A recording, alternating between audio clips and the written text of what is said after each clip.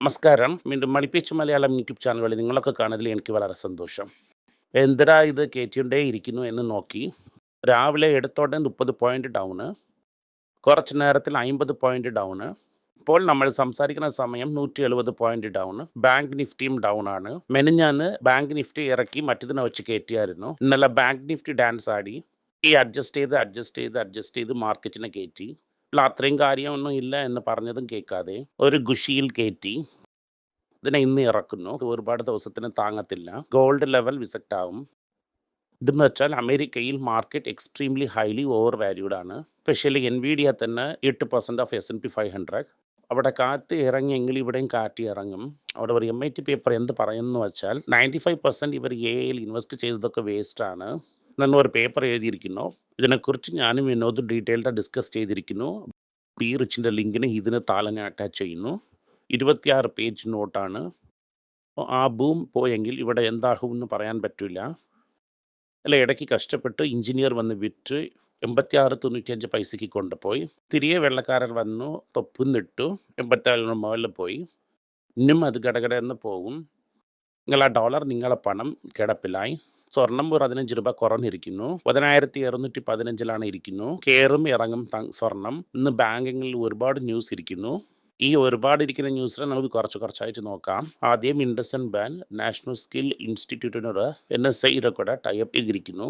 ഇതുപോലത്തെ ചെറിയ ബിസിനസ്സിനൊക്കെ ഞങ്ങൾ ലോൺ കൊടുക്കും. അങ്ങനെ ഇരിക്കുന്നു. ചെയർമാൻ എന്ത് പറഞ്ഞിരിക്കുന്നു എന്ന് വെച്ചാൽ രാജീവ് ആനന്ദിനെ 3 കൊല്ലത്തിന് അപ്പോയിൻമെൻറ്റ് ചെയ്തിരിക്കുന്നു എന്ന് പറയുന്നു. ഞാൻ രാജീവ് ആനന്ദിൻ്റെ കരിയറിനെ പേഴ്സണലായിട്ട് ട്രാക്ക് ചെയ്തില്ല എന്ന് പറഞ്ഞതേ അല്ലാതെ ഒരു ഇൻകോമ്പിറ്റൻ്റ് എന്ന് ഞാൻ പറഞ്ഞില്ല.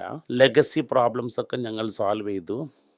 നിങ്ങൾ തിരികെ ഗ്രോത്തിൻ്റെ പാത്തിൽ പോകുന്നു എന്ന് ആ ഹിന്ദുജ അപ്പോയിൻമെൻറ്റ് ചെയ്ത ചെയർമാൻ പറഞ്ഞിരിക്കുന്നു. ഹിന്ദുജ $3.5 ബില്യൺ ഞങ്ങൾ ഇൻവെസ്റ്റ് ചെയ്യാൻ റെഡി അങ്ങനെയൊന്നും പറഞ്ഞിരിക്കുന്നു. സോ ഓവറോളായിട്ട് ഇതാണ് ഇൻഡസ്ഇൻഡ് ബാങ്കിൻ്റെ ന്യൂസ്. കർണാടക ബാങ്കിൽ 75,000 കോടി തന്നെ അഡ്വാൻസസ് ഇരുന്നു. 1.9% റിട്ടേൺ ആയിരുന്നു. ബട്ടർ എന്ന് പറഞ്ഞൊരു പുതു മാനേജറിനെ കൊണ്ടുവന്നു. ആഗോവിന്ദർണ ഭട്ട് എന്നാണ് അവരുടെ പേര്. ഞാൻ ചെല്ലമായിട്ട് ബട്ടർ എന്ന് വിളിച്ചു. ബാംഗ്ലൂരിനെ ചേർന്ന ആളാണ്. ആ ബാങ്കിൽ തന്നെ ക്ലർക്കിൽ ഇരുന്ന് GM ആയ ആളാണ്. അവരെന്ത് പറഞ്ഞു എന്നാൽ അടുത്ത വർഷത്തിൽ ഞങ്ങൾ 85 crores ആക്കുമെന്ന്, 10,000 കോടി ലോണിനെ കയറ്റുമെന്ന് പറഞ്ഞിട്ടുണ്ട്. സ്ഥലങ്ങളിൽ agriculture and retail small MSME കൊടുക്കും. കോർപ്പറേറ്റ് ആൻഡ് മിഡ് കോർപ്പറേറ്റിന് കൊടുത്തതൊക്കെ ഈൽഡ് കുറഞ്ഞു.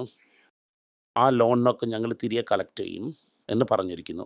കാരണം കർണാടക ബാങ്കിനെ കുറിച്ചും ഒരു ന്യൂസും ഞാൻ പറഞ്ഞു. മിൻറ്റിൽ IDFCനെ കുറിച്ച് ഒരു ന്യൂസ് ഇട്ടിട്ടുണ്ട്. ഒരു അടിക്കടി ഇക്വിറ്റി ഡയലേഷൻ ചെയ്യുന്നു എന്ന്. ഈ ഇക്വിറ്റി ഡയലേഷൻ അവർ മുമ്പേ ചെയ്യും എന്ന് പറഞ്ഞതാണ്. എന്ന് വന്നിട്ട് വോൺബത്ത് പിൻഗസും ധാപിക്കും ചെയ്തു. പോലെ ക്യാപിറ്റലിനെ സേഫ്റ്റി ചെയ്യുന്നതും ബാങ്കിന് നല്ലതാണ്. ഇതിൻ്റെ മുമ്പേ ക്യാപിറ്റൽ വാങ്ങിയത് ഓപ്പറേറ്റ് ലോൺസിനൊന്നും ശരിയാക്കാൻ വേണ്ടിയിട്ടാണ്. ഇത് ശരിയായി ഇപ്പോൾ മൈക്രോ ഫിനാൻസിലാണ് പ്രോബ്ലം. അതിന് അവർ ഓൾറെഡി പേഴ്സണലി റെസ്പോൺസിബിലിറ്റി എടുത്തായിരുന്നു. ആൻഡ് അതിന് ഗാർഡ് റെയിൽസ് ഇടാം എന്ന് പറഞ്ഞിരിക്കുന്നു. അടുത്ത വർഷം ആ റിപ്പോർട്ട് തന്നെ പറയുന്നു നല്ല പ്രോഫിറ്റ് വരുമെന്ന്. ഈക്വിറ്റി ഇൻഫ്യൂഷൻ ചെയ്യണ്ടാമെന്ന് അവർ ഫീൽ ചെയ്യുന്നു. ഈക്വിറ്റി ഇൻഫ്യൂഷൻ ഇരുന്നാൽ തന്നെ ഒരു ബാങ്ക് പുറകിൽ ഗ്രോ ആകും. ഷോർട്ട് ടേമിൽ നമുക്ക് പെയിൻ ഇരുന്നാലും ലോങ് ടേമിൽ നല്ല ലാഭമാണ്. അവിടെ 25 ഇരുന്ന് 50 വരയ്ക്കും കൺസിഡർ ചെയ്തു. പക്ഷേ ഇപ്പോൾ 60 ഇരിക്കുന്നു.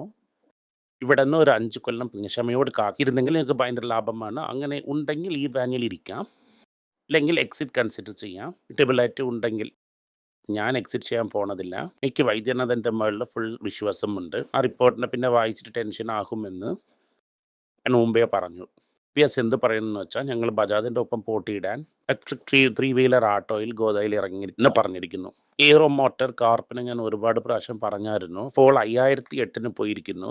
It does not change all the problems at all there. അവർക്ക് ഇന്നും ബൈക്കൊന്നുമില്ല. അവർ വെളിയിൽ നിന്ന് എങ്ങനെയാണ് അകത്ത് എടുക്കുമെന്നാണ് നോക്കണം. ഒരു ജോലിയെ വിട്ട് അവർ എന്തുകൊണ്ടാണ് ജോലിയെ വിട്ടു എന്ന് എനിക്ക് മനസ്സിലായി. ഇപ്പോൾ പോയി ഹിന്ദുസ്ഥാൻ യൂണിലിവറിൽ പോയി ചേർന്നു. പ്രിയ മാഡമിന് അസിസ്റ്റൻ്റ് അവിടെ ചേർന്നിട്ടുണ്ട്. സോ HCLൻ്റെ CFO ആയിട്ട് അവർ ഇരിക്കാൻ പോകുന്നു. എന്നാൽ നിരഞ്ജൻ ഗുപ്ത അവിടെ നിന്ന് ഓടിപ്പോയത്. ഇവയെ അവർ ഹീറോ മോട്ടാറിലിരുന്ന് HCLന് പോയത് ഒരു വലിയ കാര്യമാണ്. HCLന് ഒരു 2 വലിയ ആൾക്കാർ ടാറ്റ ഗ്രൂപ്പിൽ വന്നു. ഒരുത്തർ വന്നിട്ട് R ഗോപാലകൃഷ്ണൻ അവർ റിട്ടയർഡായി. ഒരാൾ വന്നിട്ട് നമ്മളെ PB ബാലാജി. ഇപ്പോൾ അവർ തന്നെ ടാറ്റ മോട്ടോഴ്സിൽ ഇപ്പോൾ ഇരിക്കുന്നു. ജാഗ്വാർ ലാൻഡ് റോവറിന് MD ആയിരിക്കുന്നു. ആ ഗ്രൂപ്പിന് തന്നെ വൈസ് ചെയർമാൻ ആകാൻ്റെ പോസിബിലിറ്റീസ് ഇരിക്കുന്നു. അവരും ഹിന്ദുസ്ഥാൻ യൂണിലിവറിൽ ഇരുന്ന് തന്നെ വന്നു എന്ന് നമ്മൾ മനസ്സിലാക്കണം. കെന്നിൽ ഒരു ആർട്ടിക്കിളിൽ എന്ത് എഴുതിയിരിക്കുന്നു എന്ന് വെച്ചാൽ ടാറ്റ AMC വന്നിട്ട് പതുക്കെ UTI ഷെയർസിനെ വാങ്ങിക്കൊണ്ടേ ഇരിക്കുന്നു എന്ന്. ഓൾറെഡി 1.32 അവർ വാങ്ങി. വേറെ ഇൻസ്റ്റിറ്റ്യൂഷനിൽ സംസാരിച്ചുകൊണ്ടും ഇരിക്കുന്നു. UTI ഗൗലികരം ചെയ്യാൻ ചാൻസസ് ഇരിക്കുന്നു. അങ്ങനെ തന്നെ പറഞ്ഞിരിക്കുന്നു. ഇതിനാലും അവർക്ക് തിരികെ ഗ്രോ ആകാൻ പറ്റുമോ? അങ്ങനെ തന്നെ പറഞ്ഞിരിക്കുന്നു. UTI ഗൗലികരം ചെയ്യാൻ 6,700 crores വേണം. പീറോ ആൻഡ് പ്രൈസ് എന്ന ഒരു വലിയ കമ്പനി വന്നിട്ട് വലിയ ഒരു മൈനോറിറ്റി ഷെയർ ഹോൾഡറാണ്. അവർ സമ്മതിക്കുമോ അല്ലെ എന്ന ഒരു ചോദ്യം വന്നിരിക്കുന്നു. ന്യൂസിനെ നിങ്ങൾ കണക്കിൽ വെച്ചോ. UTI വന്നിട്ട് ഒരു ലിസ്റ്റഡ് കമ്പനിയാണ്. ലിസ്റ്റഡ് കമ്പനിയെ ടാറ്റ വാങ്ങി മെർജാക്കിയെങ്കിൽ ടാറ്റ AMC ഓട്ടോമാറ്റിക്കായിട്ട് ലിസ്റ്റ് ആകും. അതിനെക്കുറിച്ച് ഇന്നും ഡീറ്റെയിൽഡാ ഒന്നും അറിയാൻ പറ്റുന്നില്ല. ടാറ്റ ക്യാപിറ്റലിൻ്റെ 2 ബില്യൺ ഇഷ്യൂ വരാൻ പോകുന്നു. വന്നിട്ട് ഉരുക്കി നോക്കുന്ന ഒരു കേസ് പോലെ തന്നെ ലോട്ടറി ഷീറ്റാണ്. കിട്ടിയാലുണ്ട്, ഇങ്ങനെ വേറെ ഫിനാൻസ് ചെയ്യുന്നു. ഭയങ്കരമായിട്ട് പോകും ഇത്. 50 പ്രാവശ്യം 50 പ്രാവശ്യം സബ്സ്ക്രൈബ് ആകും. ട്രീൽ നിങ്ങൾക്ക് ഹോട്ടൽ കിട്ടിയെങ്കിൽ നിങ്ങൾക്ക് ഓക്കെ ആണ്. ട്രീൽ കിട്ടിയില്ലെങ്കിൽ വെയിറ്റ് ചെയ്യാം. റെഡി ഗ്രേ മാർക്കറ്റിൽ 6 times 7 times ബുക്കാണ്. ഇത് കാരണം ഇവരുടെ ലിസ്റ്റിംഗ് പ്ലേസ് കാളായിരുന്നുവെങ്കിൽ പ്രൈവറ്റ് മാർക്കറ്റിൽ വാങ്ങിയ ആൾക്കാർക്കൊക്കെ ധർമ്മടിയാണ്. ഇത് കാരണം കെയർഫുൾ ആയിട്ടിരിക്കണം. 8 സ്റ്റേജിൽ ഈ പ്രൈവറ്റ് മാർക്കറ്റിൽ ഇറങ്ങണ്ട. ടാറ്റ ക്യാപിറ്റൽ എന്ന് പറയുന്നത് കൺസിസ്റ്റൻ്റ്ലി പ്രോഫിറ്റബിൾ ആയിട്ടിരിക്കുന്നു. ഫസ്റ്റ് ക്വാർട്ടറിലും 1000 കോടിക്ക് മുകളിൽ ലാഭം ചെയ്തിരിക്കുന്നു. ഇത് വന്നിട്ട് ഇവർക്കൊരു നല്ല ഗസ്സായിരിക്കുന്നു. TC ഇന്ന് ഇറങ്ങിയിരിക്കുന്നു. നമ്മൾ ഹോക്കി എടുക്കാം.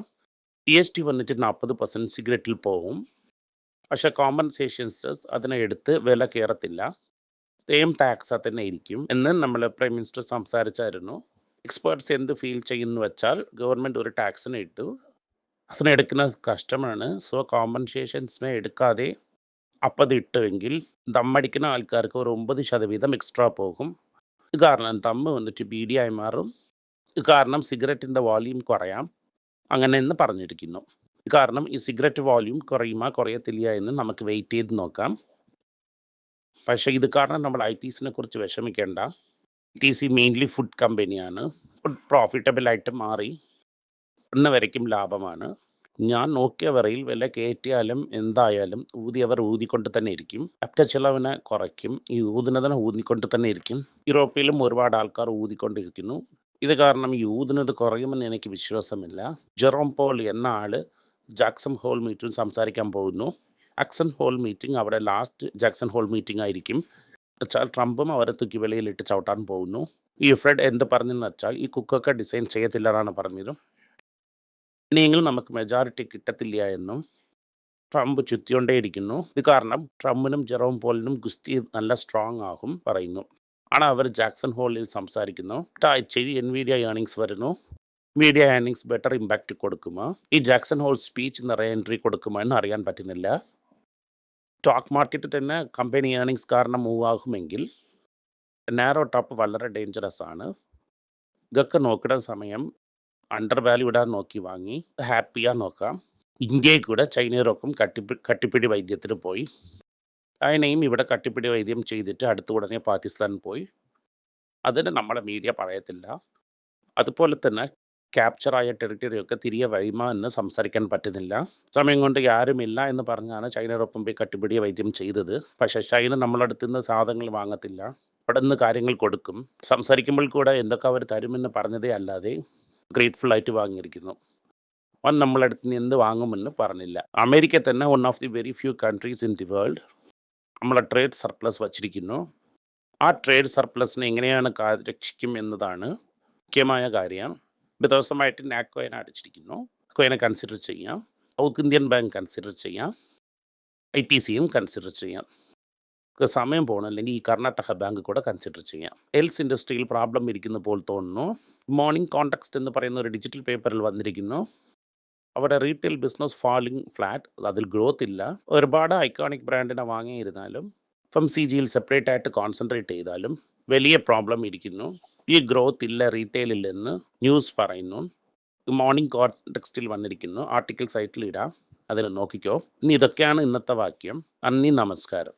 വീഡിയോ നിങ്ങൾക്ക് ഇഷ്ടപ്പെട്ടെങ്കിൽ ഈ വീഡിയോയെ ലൈക്ക് ചെയ്യുക, ഷെയർ ചെയ്യുക, ബെൽ നോട്ടിഫിക്കേഷനെ ക്ലിക്ക് ചെയ്യുക. പറ്റുമെങ്കിൽ നിങ്ങളുടെ ബന്ധക്കാർക്കും ഫാമിലി മെമ്പേഴ്സിനും നിങ്ങളുടെ ഫ്രണ്ട്സിനും അയച്ച് അവരെയും നോക്കാൻ പറയുക. നന്ദി, നമസ്കാരം.